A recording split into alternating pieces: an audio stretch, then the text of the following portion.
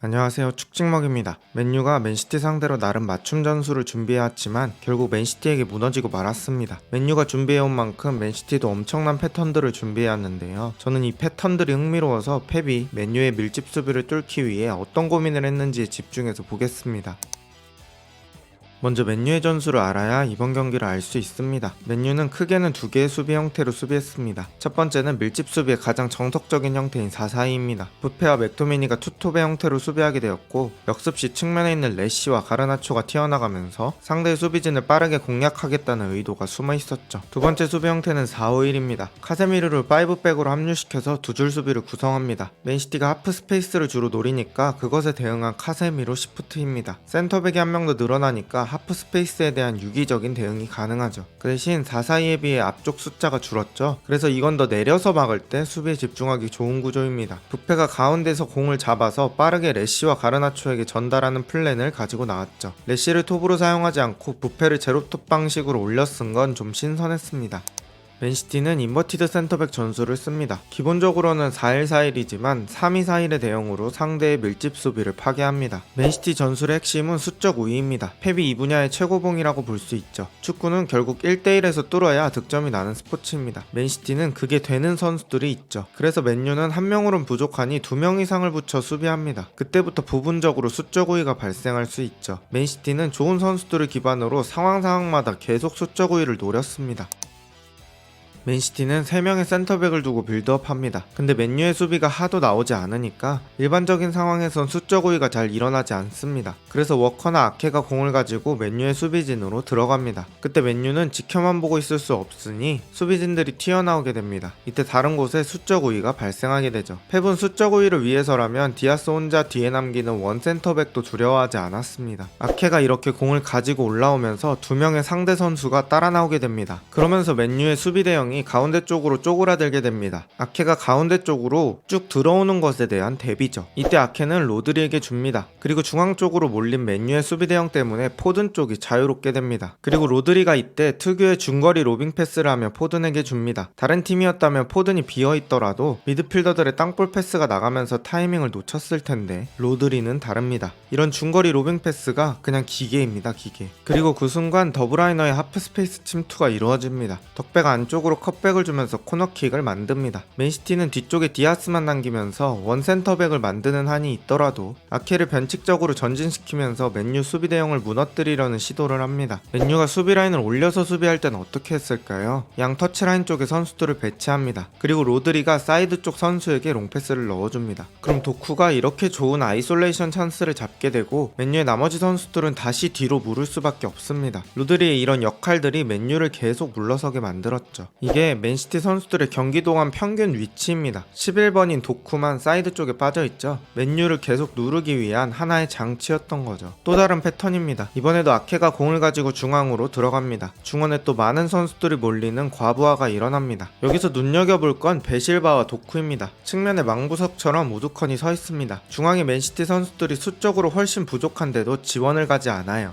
측면 선수들은 롱볼을 받을 탈출구를 만들어주는 겁니다. 여기서 지원을 가지 않아도 공이 돌아가는 이유는 맨시티의 선수 퀄리티 때문입니다. 좁은 공간에 상대 수비가 훨씬 많음에도 볼을 돌릴 수 있는 선수들을 보유하고 있기 때문이죠. 그리고 아케에게 공을 받은 로드리가 그 롱볼 탈출구에 공을 넣어줍니다. 왜 맨시티 축구에서 로드리가 중요한지 보여줍니다. 상대가 저렇게 달라붙는데도 진짜 무슨 컴퓨터로 계산한 것처럼 도쿠의 발 앞에 툭 찍어서 배달합니다. 하지만 이런 장면이 빛나지 못한 이유는 도쿠의 마무리 퀄리티 때문입니다. 시즌 초반엔 좋은 모습이 많았지만 중반이 넘어가면서부터 드리블도 잘 안 통하고 마무리에서도 판단이 아쉽습니다. 결국 가장 중요한 맨시티의 창끝이 무디니까 아무리 찔러도 맨유가 피가 나지 않습니다.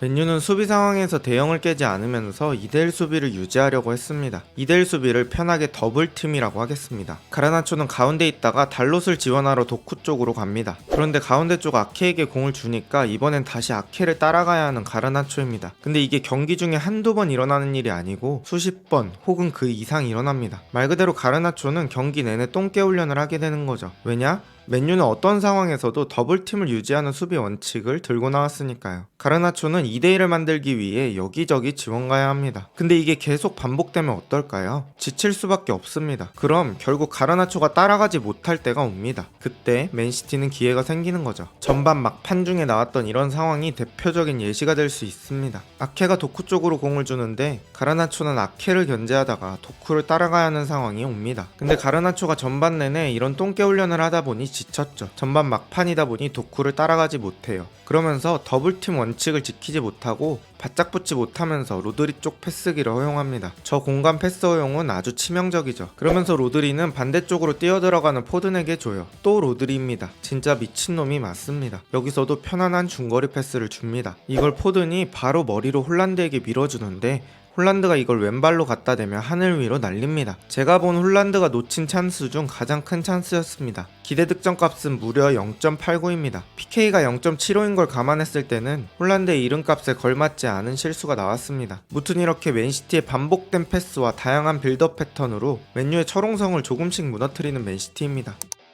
첫 번째 골은 맨유의 플랜이 제대로 맞아떨어졌습니다. 오나나의 좋은 롱킥을 브루노가 공을 잡음과 동시에 등으로 보호할 수 있는 상황을 만듭니다. 그래서 디아스의 도전을 이겨낼 수 있었습니다. 그리고 맥토미니가 박스 안으로 띄워주면서 스톤스의 복귀를 자신의 쪽으로 돌렸습니다. 그렇게 브루노가 여유가 생겼고 뒤쪽 레시에게 공을 내줍니다. 근데 공을 내주는 강도가 아주 예술이었습니다. 레시포드는 적절하게 자신에게 온 공을 임팩트를 꽉 채워서 슈팅하며 골대 상단을 맞고 들어가는 미친 원더골을 성공시킵니다. 맨유에겐 딱 원하던 그림이었죠. 전반전에 만회를 하지 못한 맨시티는 후반전에 필포든의 개인 능력이 빛납니다. 포든이 린델로프와 1대1로 대치했을 때 로드리가 안쪽으로 뛰면서 맥토미니를 데리고 갑니다. 그러면서 포든이 공을 안쪽으로 끌고 갈 수 있는 길이 생기죠. 그리고 여기서의 미친 슈팅이 나오면서 경기를 동점으로 만드는 포든입니다. 공이 바깥쪽으로 밀려나가는 힘을 발목 힘으로 버텨내며 강한 슈팅을 때립니다. 오늘 잘 막았던 오나나도 어쩔 수 없었습니다. 맨시티의 두 번째 득점 장면 보겠습니다. 저는 이 실점의 원인은 맨유의 수비 구조 문제라고 생각합니다. 첫 번째 문제는 안토니가 아케 앞까지 따라 나간 겁니다. 안토니는 아까 가르나초가 하던 역할을 해야 합니다. 풀백과 함께 더블팀 수비를 해야 하죠. 아케는 기다렸다가 뒤에서 막는 게 나았습니다. 두 번째 문제점은 카세미르가 캄보알라에게 더블라이너를 막으라고 지시한 겁니다. 이 역시 먼저 붙어있을 필요 없이 측면 쪽에서 공을 가지고 안쪽으로 접근할 때 협력 수비로 대응했어야 했는데 굳이 우풀백이 밖으로 나가면서 맨시티가 좋아하는 1대1 매칭 상황이 만들어진 거죠. 캄보알라가 튀어나가는 건 두 가지 문제가 있습니다. 첫 번째 문제입니다. 모두 1대1 매칭 상황이 되죠. 이렇게 되면 뭐가 문제냐? 2대1 수비를 하기 위해서는 누군가 한 명이 자기 마크맨을 버리고 나가야 합니다. 그럼